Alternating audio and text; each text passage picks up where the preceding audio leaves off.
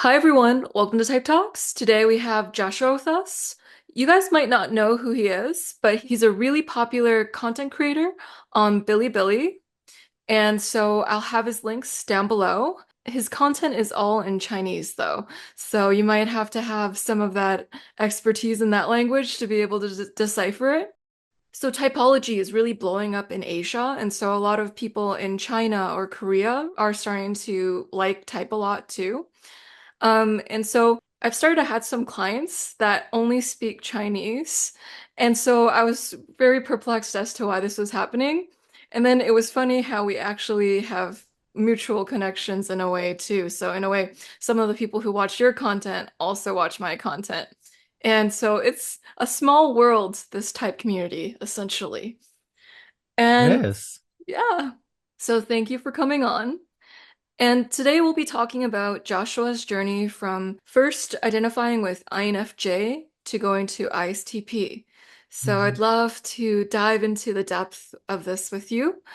And so Joshua, he's actually looked at psychological types and read Carl Jung's work. So you know he's super nerdy about type and that he's really studied this in depth.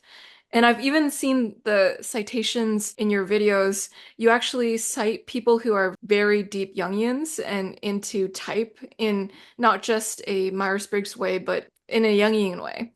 And so you know that he's done his research here. So, Well, I'm still a beginner.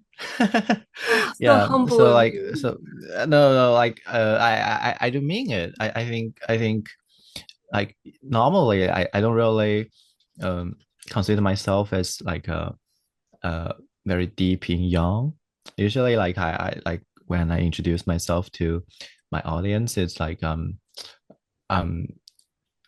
I'm a bit like professional in MBTI, but like I'm still like learning typologies, and I'm definitely like a beginner of like young psychology.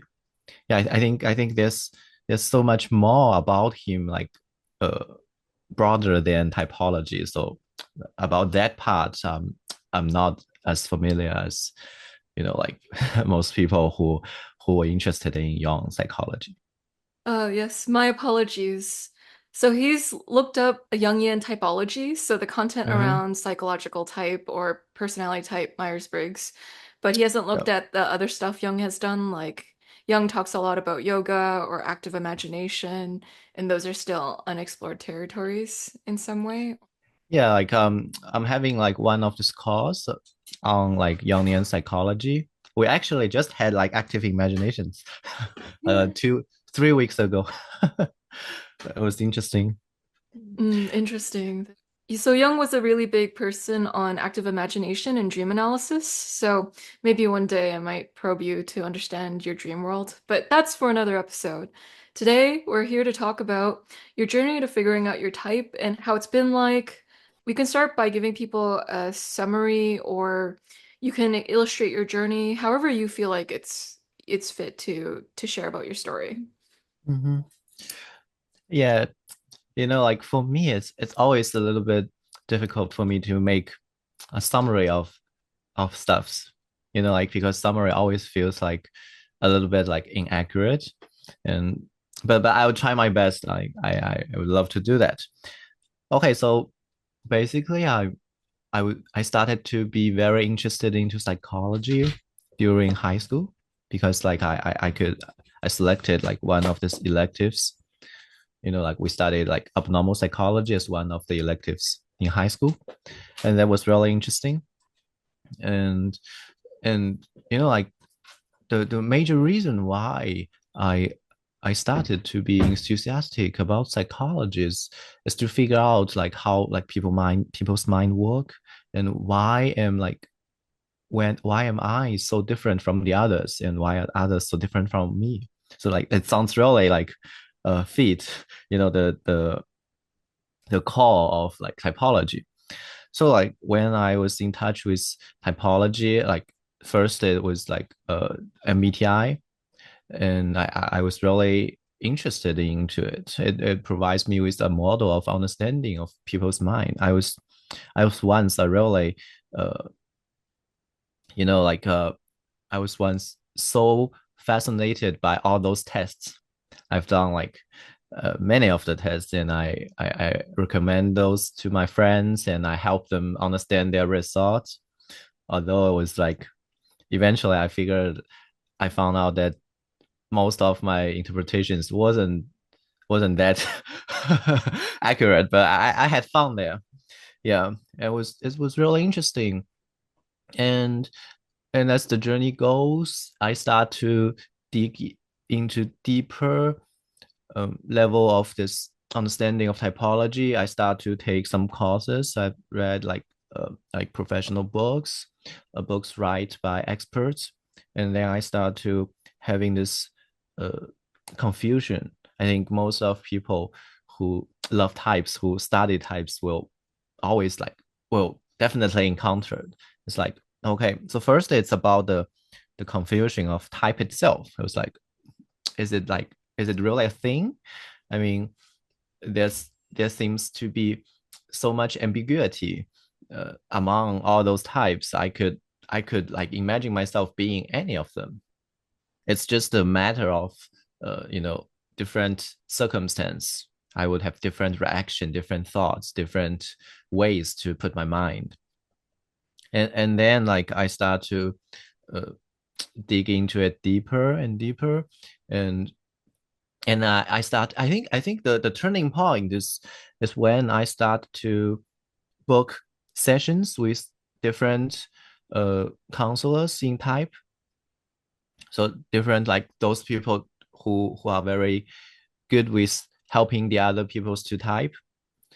And I think that makes uh, a very important difference, because when that happens, it feels like I could finally connect type with my real life. During the session, like how we talk right now, it was like it is one-on-one, face-to-face. I could really share some of my private thoughts. I could really share like whatever comes to my mind. It could be really like concrete, tangible, and specific. I think that's really helpful for me, instead of getting in touch with all those concepts. Although like some books are having very enriched examples, but those are still like from the other perspective, from the other person's side.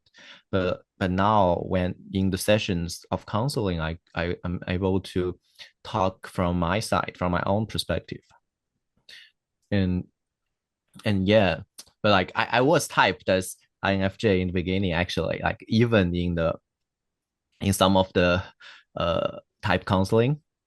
So yeah, but like later on, like after I've done like more and more counseling, and then I start to receive different results, and those makes me having different understanding of myself, and to really like have a fair comparison like between different types.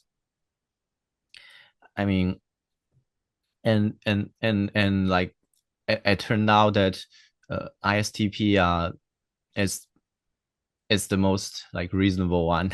so it makes much more sense than like the other types I've received. Yeah. Yeah, and you had quite a few reasons for this too. And so you mentioned you're antsy, you need to move around a lot, and so that's the extroverted sensing. I'm wondering what other things, or if you could go into why ISTP. Mm-hmm. I think that's one of the most asked questions after I publicly share about the change of my type. Like even like in my channel, it was like people are just so curious and ask, okay, why what makes you ISTP, like not INFJ? Share some of the criteria for you to to be certain about your type. Mm, I could go to be very specific and tangible. For instance, like I could like I'm constantly aware of my motivation of interacting with the world. like tangibly. I think that's the a very constant motivation for me, and that affects my life on a very deep level. So when I thought myself as an INFJ, I had this misunderstanding of my relationship with extroverted sensing.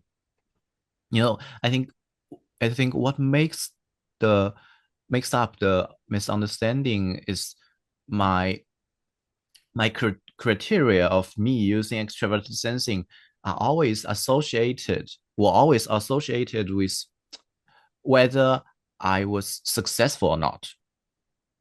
You see, it's like, okay, when I engaged into a sport, if I win, and I mean, then like for me, it was like a successful, like application of extroverted sensing. And like when I try to make some like immediate movements, try to interact with the physical world, when I get positive response, then I consider that like a successful application of extroverted sensing. And so like from that perspective, which was wrong, I I thought like I told myself that, okay, see Joshua, you are not good with extroverted sensing because you always fail. It's like you're not that good with some of the spots, and you're not that good with some like immediate reaction with like the improvising and stuff like that. And that's just a really common but mistaken way of understanding type, like cognitive processes, because it's not really about whether or not you fail. I mean, the fact that I keep failing, yet I'm still so enthusiastic about it, I think it helps a lot. It's like I don't really take it as like a drawback, or I don't really take it. I don't really view all those failings to be, like some lessons that I must learn. For me, they were all just experience. I mean, in the end of the day, I don't really care if I fail or not. The what's important is I'm I'm moving my body freely. I'm making this reaction freely, like based on my gut feeling at the moment, and it feels like smooth. It feels like nature, and that's what makes me feel like me.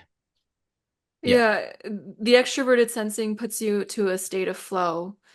It's not necessarily if you win a game, but it's just the process of doing it feels like home.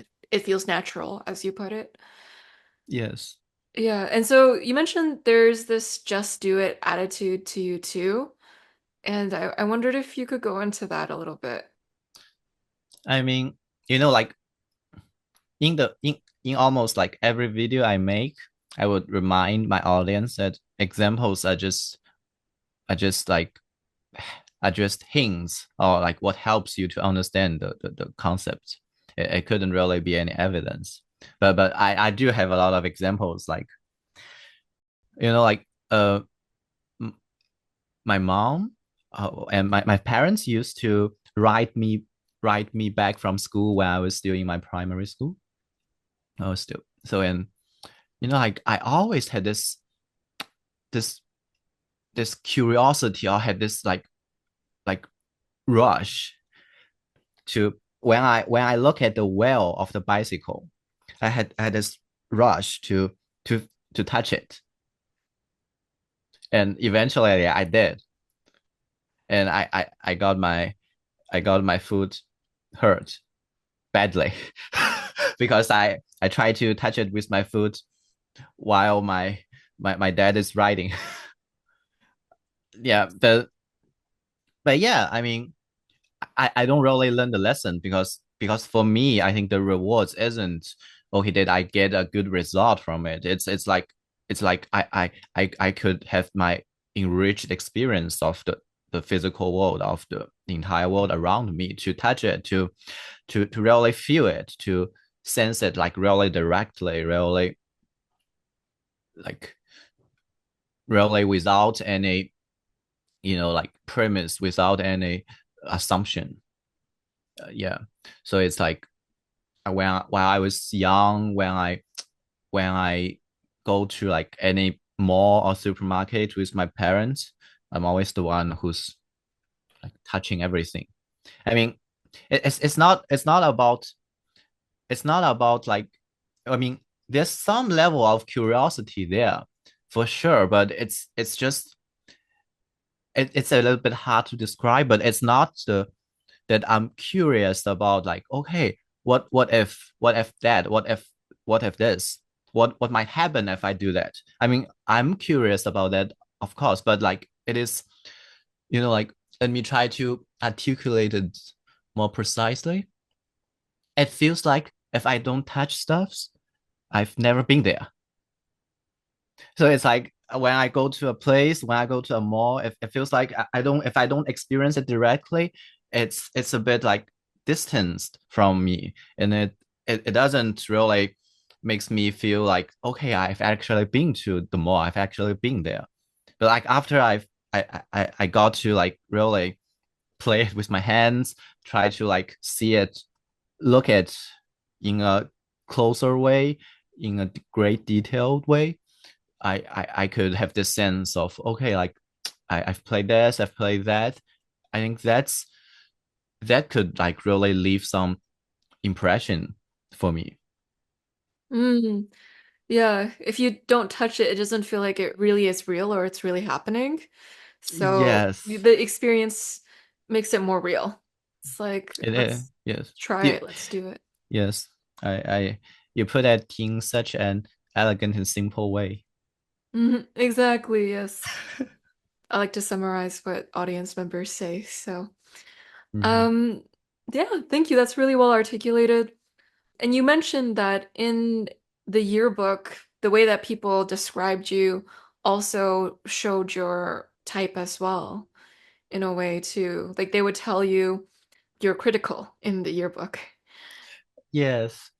Like the reason why I talked about extroverted sensing a lot, uh, it is because I had most, like it's what's being mostly misunderstood by me. It played such an important role, like in my mistyping to be an INFJ. But like for like introverted thinking, it's I'm often like very conscious about it. So, like even INFJ had like introverted thinking, like on like the eternal child, the third function. So yeah, it's just, like when I look back, I really feel that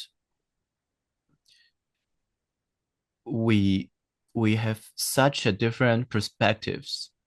The way I viewed myself, it was so different from the way my classmates and my teachers did. I mean, different teachers also had different perspectives, of course. It's just it really amazed me, and and I thought myself to be quite gentle, quite, I mean, friendly. I think I am, but but quite even like fragile. So like I could got hurt really easily by what my friends said or what my friends did to me. I could even like thought about it for an entire day because one of my friends refused to went back together with me. I was like, I thought myself to be even like oversensitive about relationships, about like people's feelings. But like from my classmates' perspective, like what they wrote in my yearbook, they said like, 嘴炮, it was like saying that your mouth is so sharp, like by literal meaning of it. So like basically they're saying that, okay, like Joshua, you're such a debater and you have this, you're very critical. And when I really look back at myself fairly with evidence, I I mean, I could actually find a lot of evidence to support, their summary about me. I I I often had arguments with teachers because I found like what they said wasn't like accurate enough or could be misunderstood. Sometimes it doesn't.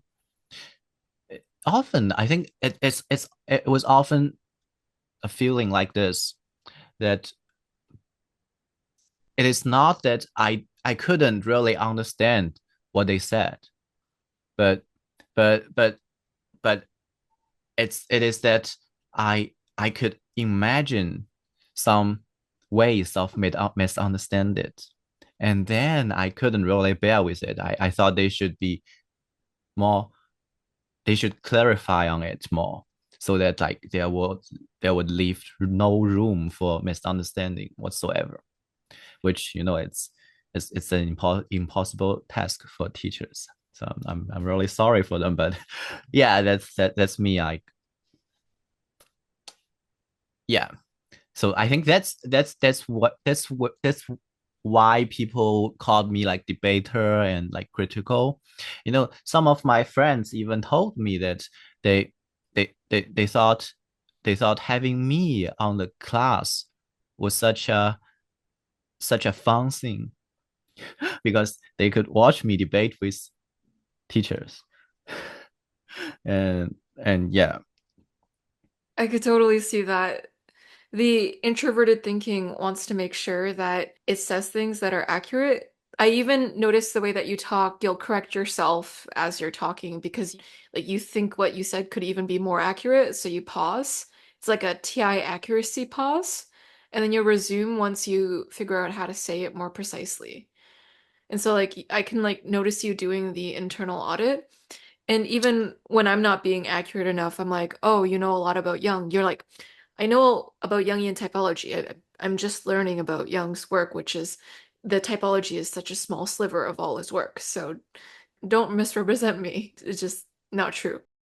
And I'm also seeing the extroverted feeling too in what you're sharing. So I find with TI dominance, so ISTPs or INTPs, some of them can actually be really broken by relationships not working well. So that there's actually an extreme pain around the aspirational function.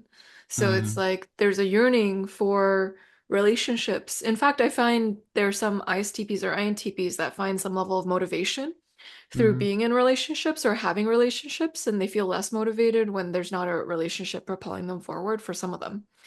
And so, like, in a way, like, relationships are everything because they're so hard to make and they're so hard to maintain or they're so hard to keep that you don't want to lose them because it hurts when you lose them because then now you have to find them. Like, it's a lot of effort and there's a lot of pain around that. Yeah, and I noticed like sometimes these types, if they're also Enneagram 9, it can also amplify the amount of sensitivity or gentleness that they mm. have, although they still have the criticalness and sharp tongue of being a TI dominant. So, Yes, I agree with you. And like, for instance, like, like I'm English isn't my first language. So basically, I think like, thanks for my extroverted sensing. It's like, when I throw myself into like an interview like this with English and trying to depict myself accurately with the language that I'm not perfect on. So I think it takes a lot of extrovert sensing to do so. Basically, that is that like I don't really give a second thought about it, because the more thought, the more the the deeper I thought about it, the more worried I could get myself into. That, okay, like, what if I misrepresent myself? What if I said some words wrongly? What if I made like a grammar mistakes? There was so many, like, yeah, like, I think, but thanks for extroverted sensing, I could just tell myself, just do it, and I'm fine with it. And I mean, I really like it. I'm thrilled to like, to make those reactions, to make those response like immediately. And that's the reason why I mentioned with you like earlier, that I really enjoy like live stream. I enjoy it more than making videos, actually. Yeah, it feels like it feels much easier for me. Mhm. Yeah, because you can just do it, whereas the editing is more tedious, and now you have stuff you have to do later, and it's like a lot of stuff piling up that in the future you has to deal with. It's not as cool to do that. And during your live streams, you also mentioned that you had a commenter ask, Joshua, why do you like to do live streams and answer our questions? And you were like, I like the problem solving aspect of it. It's actually, it really deals with my TI. It's, yeah. And so in some way, Uh, TI dominants can also really like that aspect. yes, that's so true. It was like I think you know in live stream I could actually like uh answer different questions. So like every question my audience asks would like a challenge for me.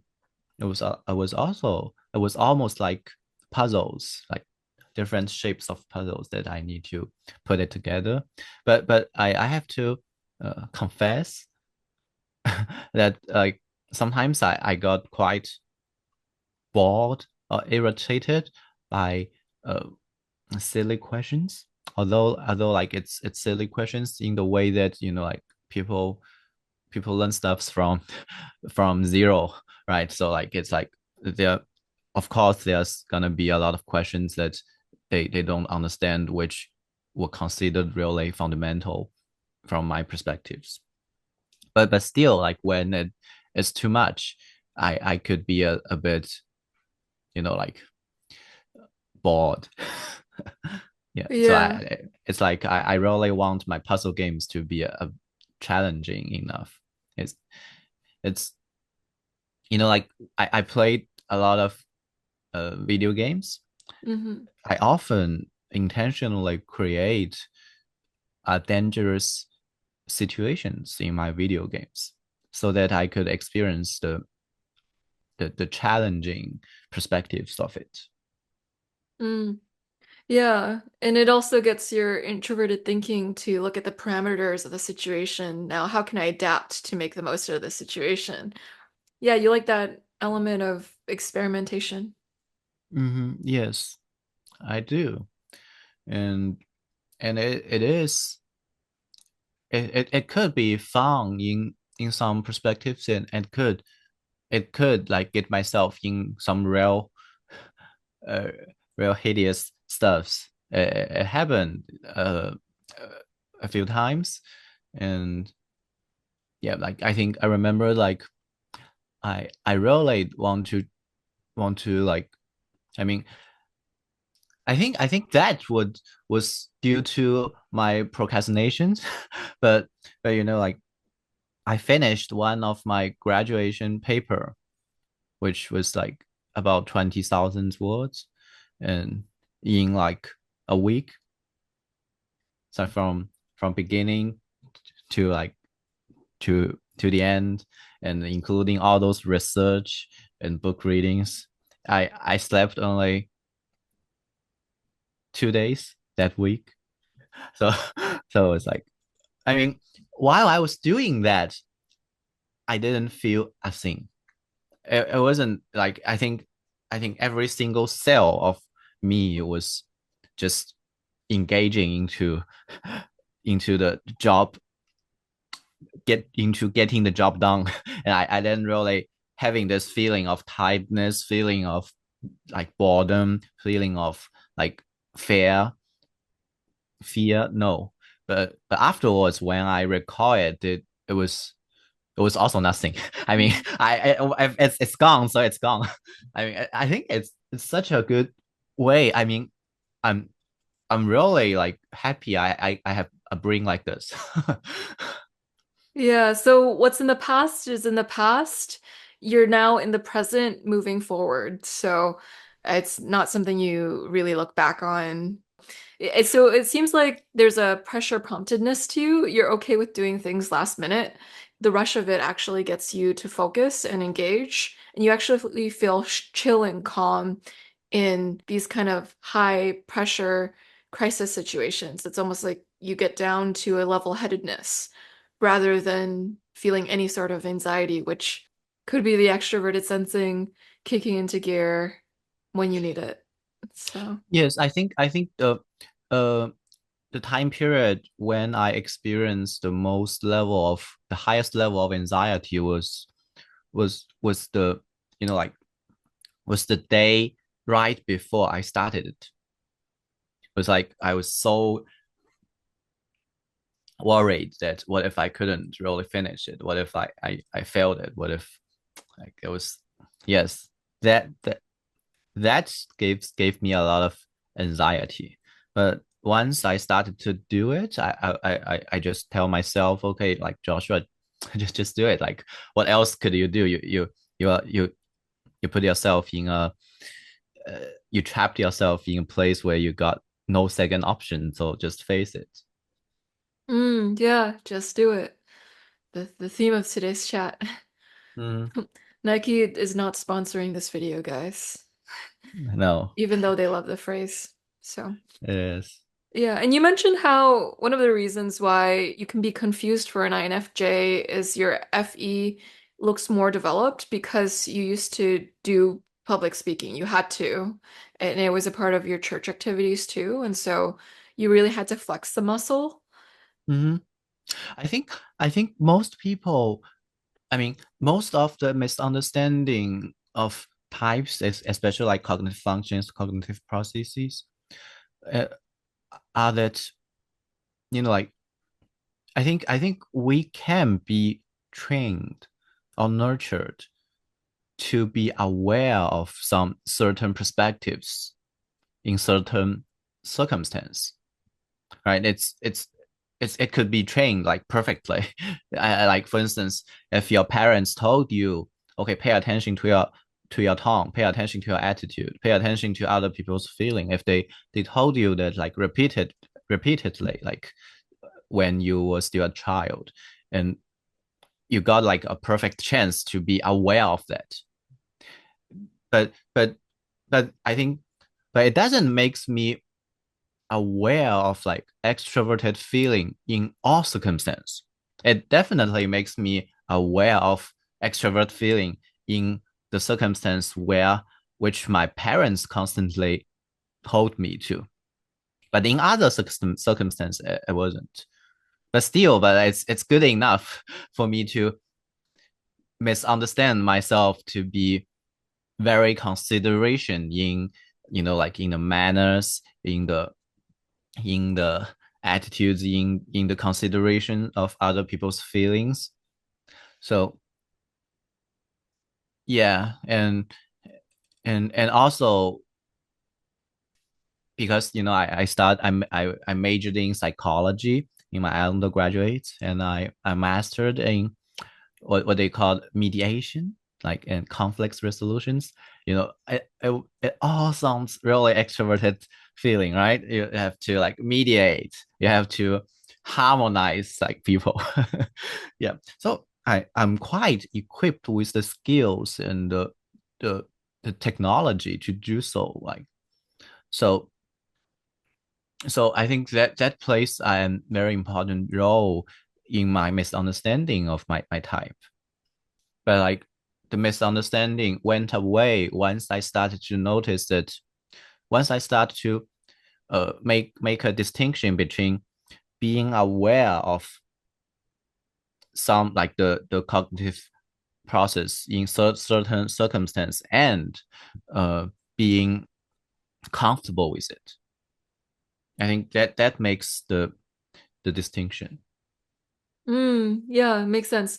We can be trained to be aware of it in certain circumstances, but it doesn't mean that it's an inborn preference.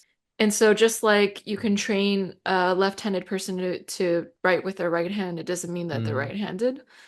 And the left-handed preference is it might be silent and dormant in that specific situation, but when it's allowed to come up and when it's the right circumstance, you'll see more of that dominant function come into play. So, yeah, such a good point. And so, another thing that we could also talk about too is that you have NI dominant friends, whether Hmm. they're INFJs or INTJs, and you find that when you have conversations with them, they tend to go very deep and personal, and you tend to point that out, and you're like, wow, you're able to get me to go deep and personal. It kind of shows that as a TI dominant or as an ISTP, it makes sense that that's a place that requires more energy to go into. In a way, it's like when you interact with someone of a type that you have considered, it does feel like they're bringing something different into the mix. I think yes. Um, I'm gonna put it in this way. So I think I'm quite good at sensing different different levels of conversation. By levels, I don't mean that like one level are better than the other level. They're just two different levels. Some levels, like they they go into the summaries of stuffs, the core of stuffs, and some levels they go into the enriched details, the perspective of the enriched details.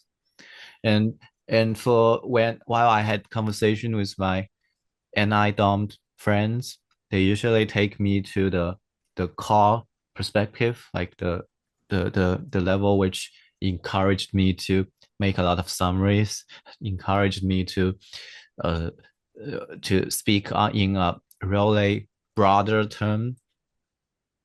So like talked about my life, talked about my career, my future, like even not about me, about like how I view life and death, stuff like that. I mean, I'm actually really interested into this conversation. It's but I have to admit it's the conversation that I don't really get in in my in my daily life.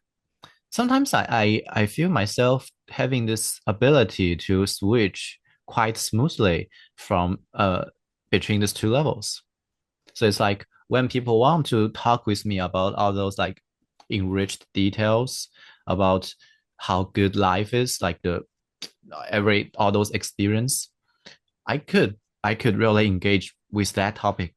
But why when people want to talk with me about some like the meaning of life, stuff like all those like the summaries of stuffs, I could also engage with that. I mean, I think it has a lot of thing to do with the balance for like in my type between uh, extroverted sensing and introverted intuiting. It was like my secondary and tertiary like processes, and and I mean people do think that I talk slowly because I talk slowly so that I can try to find the correct words to express myself accurately. But I think my NI Dom friends talked slowlier. I mean, I it's like it's really interesting, and it's I mean, I don't think it's the speed of speaking, but it's the speed they make a point. It takes so long for them for because while I'm listening, I always listen to the debate point. So it's like I always listen to okay, you have reason A, reason B, and I try to hear like whether or not you make a logical connection between them, or like do you are you making any logic connections between stuffs? It's so slow for them to make one.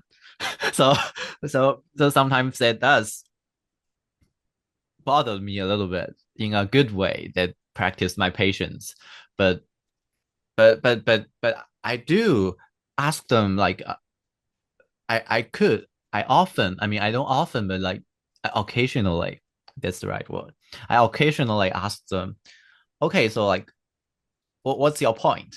I mean I hear you, but like what's your point? Like what's your final saying on this? Like okay, just tell me you think A plus B equals to C, and that's a point. Then I could take that and talk it with you. But they just made a lot of like summaries about their lives, about what they perceived, and and it's just it it it it leaves me with this confusion that okay, what to respond? I mean, you're just talking about what you have perceived, and what should I say? What I perceived? I mean, yeah. So sometimes I just share with them what I perceived instead. But it's not the most natural way for me to having dialogues. I usually like having dialogues with debating points where you you raise a point and I could having this logical conversation with you surrounding this, whether it's rational or not, whether it's reasonable or not, whether it makes sense or not. Yeah, that's my nature ways of having dialogues. But with them, it's just so different. Oh, that's funny. Yeah. Your extroverted sensing wants there to be a point. It's like, get to the point, be straightforward, make it simple. Like, what is the TI point that you're trying to make? I need to, there needs to be a judgment made on something. Like, where is the TI judgment? I'm trying to keep track of the logic. Yes. Yeah. Yes, exactly. So, yeah. So I think I occasionally ask them, okay, so what? I mean, just I mean, like it isn't that I'm not interested into the topic, but I'm just like I'm just so curious, especially after they, you know, after they said so much about all those like discoveries, and it makes me even like more curious. Okay, like what's the point you're going to make? I'm just dying to hear it.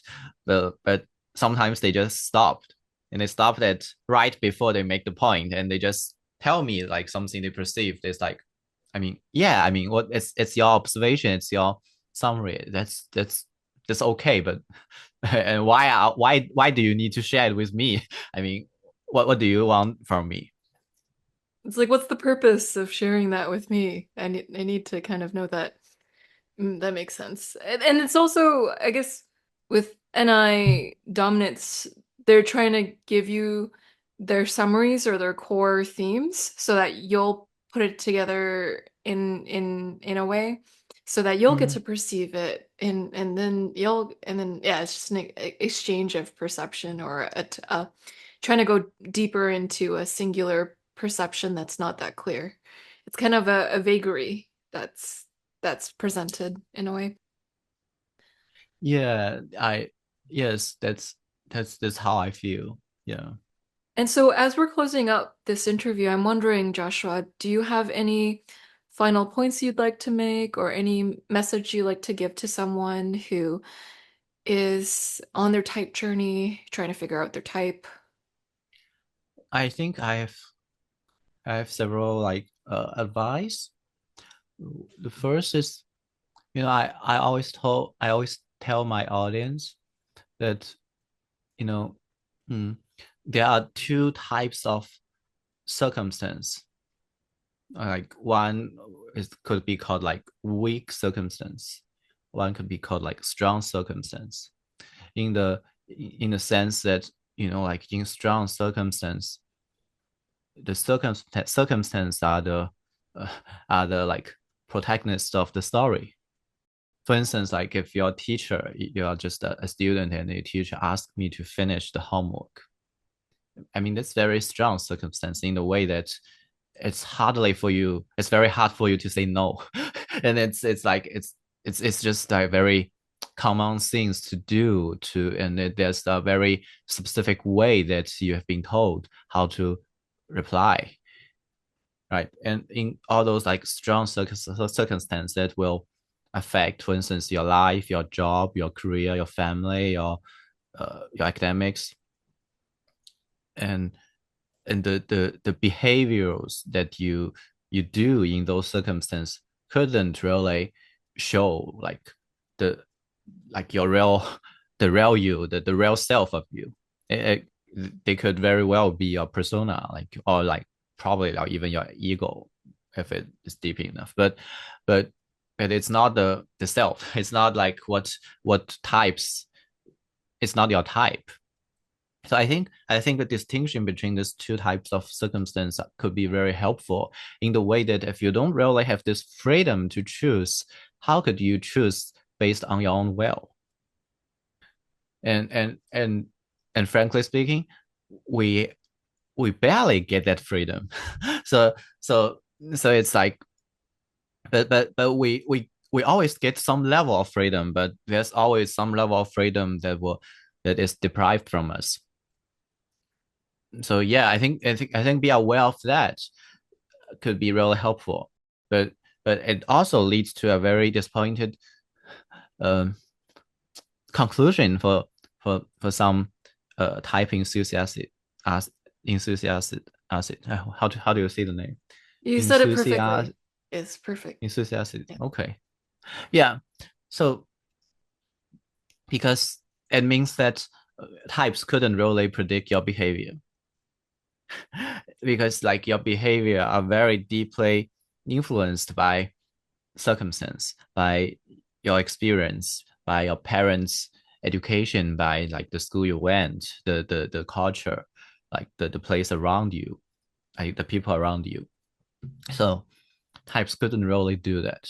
Like types could predict, like I think it could predict quite well like your motivations, like the motivations behind like your behaviors. It's not even the reasons of your behavior, it's the motivation. I think it's quite different because the motivations they're different like directions. For instance, if you want to experience the world directly, you could experience it via very different methods. It's could you could do that with watching a lot of films, reading a lot of books, because books, like some books, they really tell you the enriched detail of the world. But like you could also like experience it by yourself, like go traveling, or you could watch a films. So like there's multiple ways of doing that. It's just how it's just impossible to associate types with behaviors.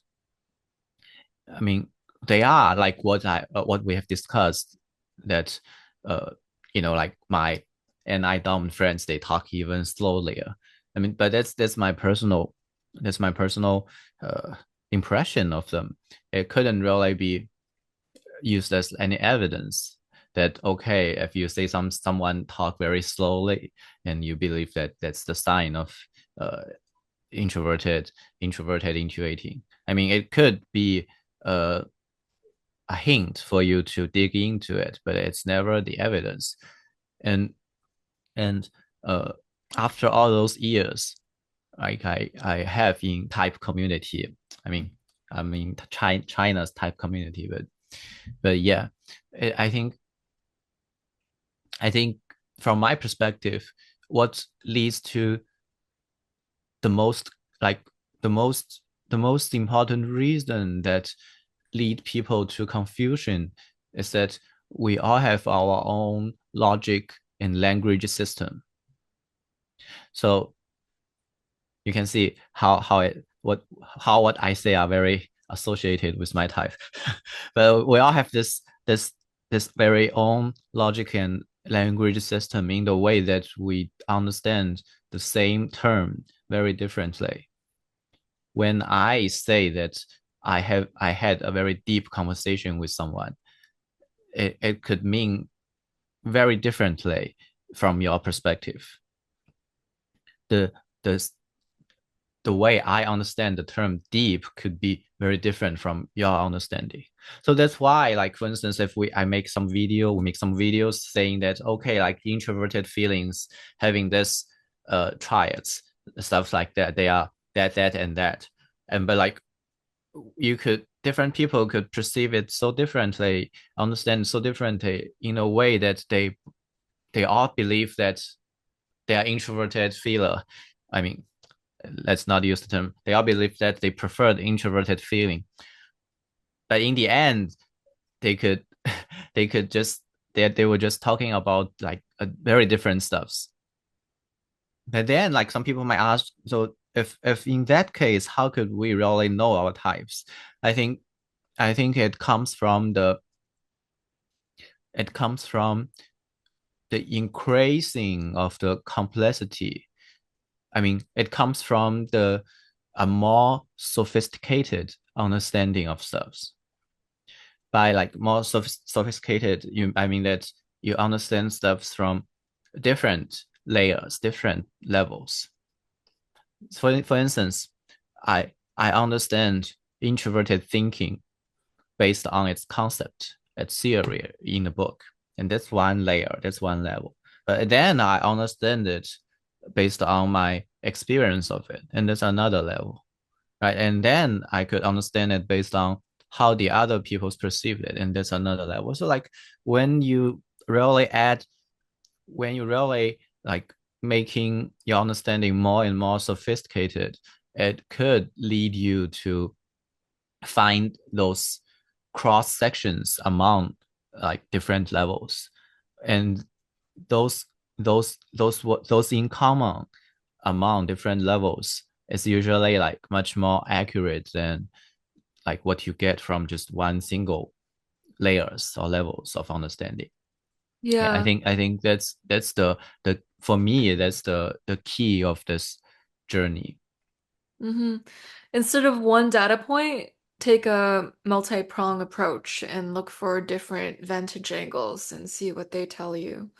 So I think that's a very good way of seeing type. It's looking at the crop cake that there's many layers. Your type is like an onion, and you have investigating different layers will give you more ways of seeing it that will create increasing clarity around your type. It is because you know like I think another key is that don't really take any assumptions, because once you assume something, it's very hard for you to, you know, like to stay objective anymore. It's like when you are investigating whether or not I am an INFJ, for instance, and then you are biased by nature, because what's left, you know, because INFJ stays in the center of the stage, and that's how I mistype myself, in the way that I really ignored the fact that there are 15 other types in type series. So it's like I didn't really investigate into the other types. So so like no wonder it, I, I I I always like the mind game that try not to think about a pink elephant in your room. You know, it tells it tells a lot of the truth. I mean, it tells the most important truths about our attention, about our brain, that in the way that it's like I think it also tells a lot about uh being aware, like the conscious and unconscious, in a way that like you could be conscious of stuffs, but once like once you just once you fix your angle, once you have this like assumption, it's like it's very hard for you to to stay a very broad perspectives, to see it like to see the bigger picture. Yeah. With assumptions, there's the anchoring and adjustment bias, so we're less likely to check out all the other types if we've already committed ourselves to this one. And then it makes you not question yourself when you have a base type. You're like, oh, if you consider yourself an INFJ and you don't question it, then what if you're actually an ISFP? But then now, since you're already certain, then you're not looking for contradicting information. You can fall prey to confirmation bias. And so, what I appreciate about introverted thinking is that it's willing to question its base assumptions. And there's a level of third person detachedness it has over its own Mm-hmm. thinking. And so it's able to make it accurate and clean, um, depending on the person. So there's Yeah, always that framework you create in your own head. So if there's any faulty assumptions within one's own framework, a TI dominant could also be pretty stubborn there, but for it different is. reasons. Yeah.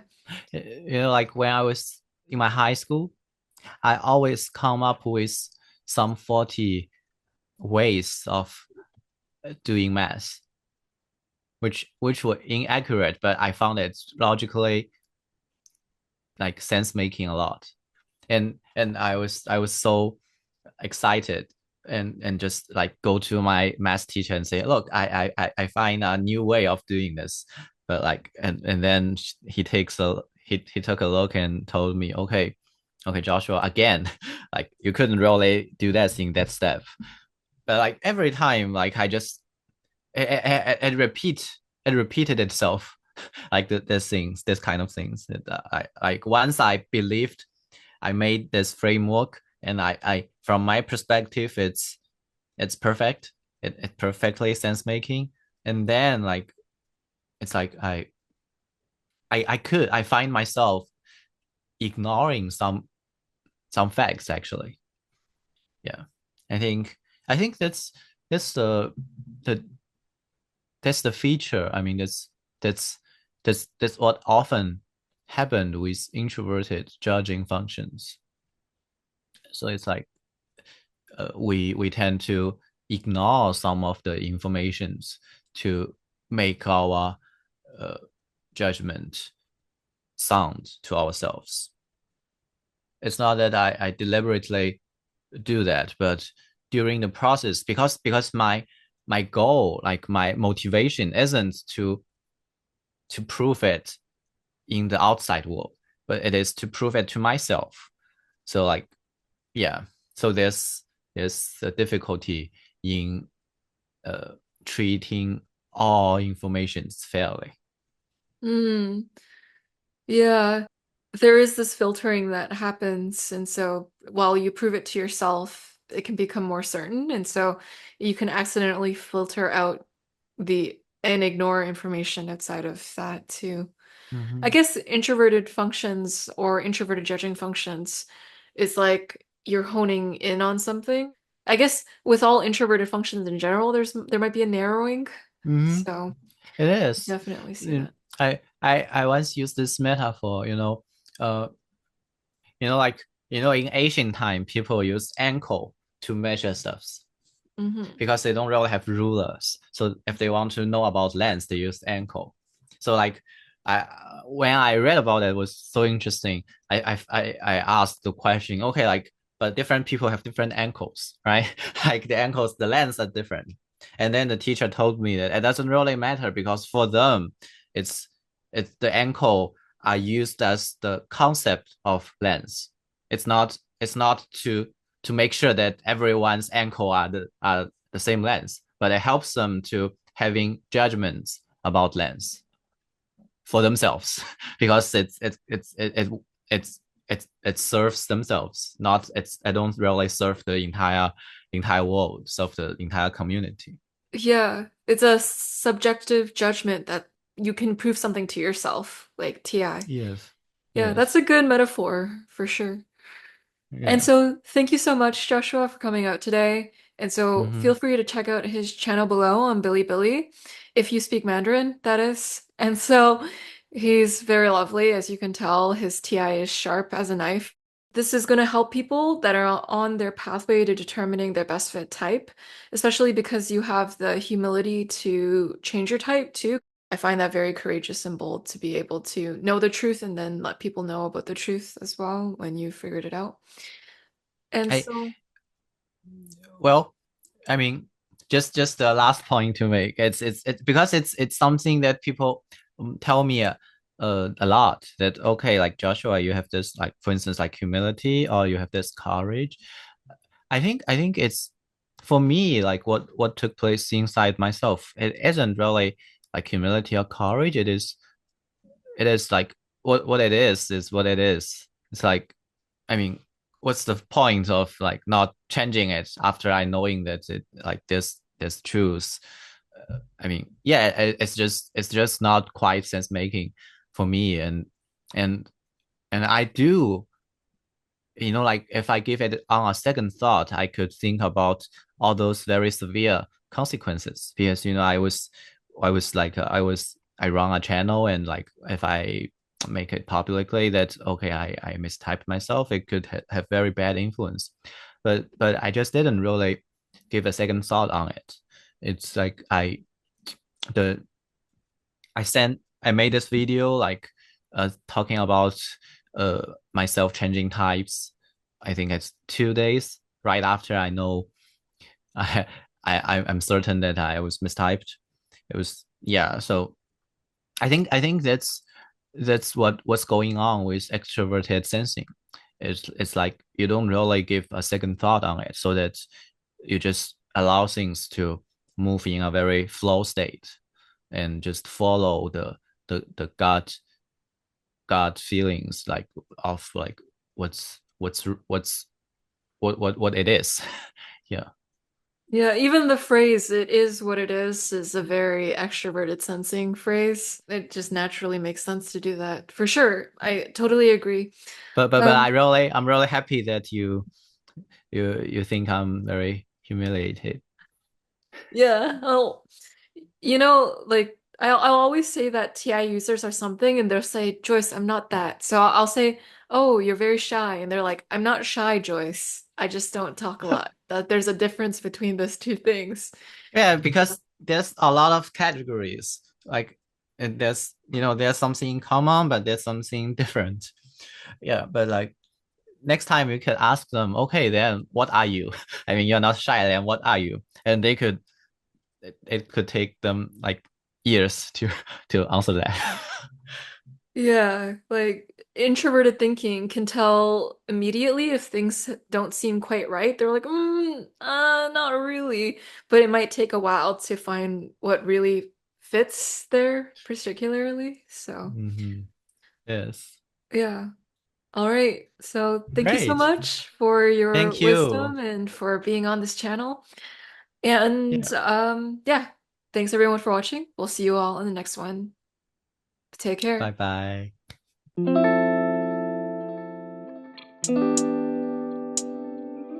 bye.